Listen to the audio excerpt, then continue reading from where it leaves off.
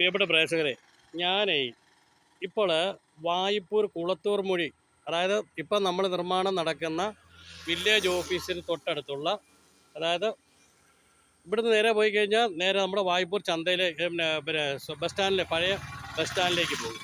ഇപ്പം ഞാൻ ഈ വെള്ളക്കെട്ട് കാണിക്കുന്നത്, അതായത് നമ്മുടെ വില്ലേജ് ഓഫീസിൻ്റെ കൂടി ചേർന്നുള്ള താഴ്ഭാഗത്തുള്ള, അതായത് വായ്പൂരിൽ നിന്ന് വരുമ്പോൾ വലത് സൈഡിലുള്ള ഒരു വെള്ളക്കെട്ടാണ്. ഈ വെള്ളക്കെട്ടിനോട് ചേർന്നൊരു വീടുണ്ട്, ഒരു അമ്മച്ചിയുണ്ട്. കണ്ടോ എല്ലാ മഴക്കാലത്തും ഇവർ ഏറ്റവും വലിയ ദുരന്തം ഏറ്റുവാങ്ങുക.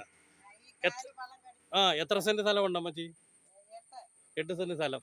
ഈ സ്ഥലം നമുക്കൊന്ന് മനസ്സിലാക്കണം. കാരണം ഈ വീട് ഏത് സമയത്തും നിലംപതിക്കുന്ന രീതിയിലാണ്. കാരണം എന്നറിയാമോ, ഈ ഒരു വാഹനം അങ്ങോട്ട് കടന്നു പോകുമ്പോഴത്തേന് ഇവിടുന്നാണ് വെള്ളം അടിക്കുന്നത്.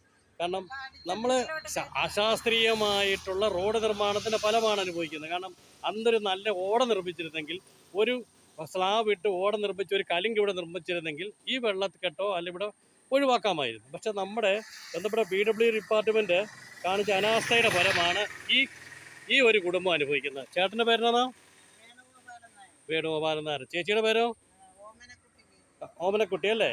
കണ്ടോ, ഏത് വണ്ടി പോയാലും ഈ സൈഡ് കണ്ട നമുക്ക് വീഡിയോ കാണുന്നവർക്ക് മനസ്സിലാകും, ഇവർക്ക് ഒരു തരത്തിലും ഇവർക്ക് ജീവിക്കാൻ പറ്റുന്നത്. ഈ വെള്ളം ഇങ്ങോട്ട് അടിച്ചു കയറുകയാണ്. കാരണം ഈ ദുരവസ്ഥയാണ്. ഇതുപോലുള്ള നിരവധി കുടുംബങ്ങളാണ് നമ്മുടെ റോഡ് നിർമ്മാണത്തിൽ ദുരന്തം അനുഭവിക്കുന്നത്. 8 സെന്റ് സ്ഥലം എന്ന് പറഞ്ഞാൽ നീളത്തിലിരിക്കുന്ന വീട് കണ്ടോ. ഒരു ഷെഡൊക്കെ ഉണ്ട്. അവര് ഉപജീവനമാർഗം ഉണ്ടോ.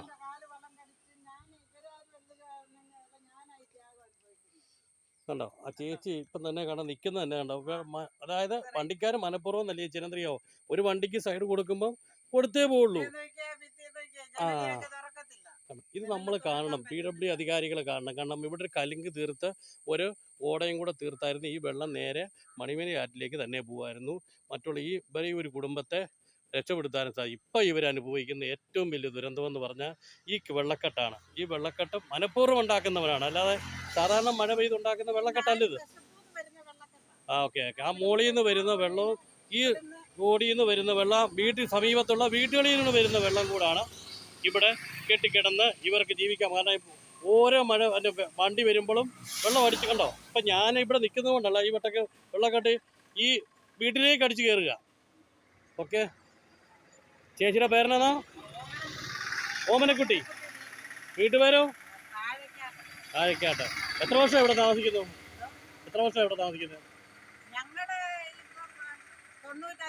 95 പേര്. ഓക്കെ. ചേട്ടൻ്റെ പേര് വേണുഗോപാൽ അല്ലേ? എന്നാ പണി? കൂലിപ്പണിയാണോ?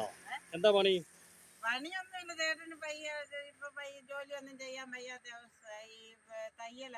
ഓക്കെ. ഇതിനെ അടിയന്തരമായി PWD ഡിപ്പാർട്ട്മെന്റ് അടിയന്തരമായിട്ട് ഇടപെട്ടെങ്കിൽ ഇവിടെ ഒരു കലിങ്ക് നിർമ്മാണം നടത്തുവാനുള്ള നടപടി സ്വീകരിക്കണമെന്നാണ് ചേച്ചിയുടെ ആവശ്യം, ഈ പ്രദേശത്തുള്ളവരുടെ ആവശ്യം. ഓക്കെ, നന്ദി. അടുത്തൊരു വീഡിയോ കാണുന്നവരെ നന്ദി, നമസ്കാരം. ഓക്കെ.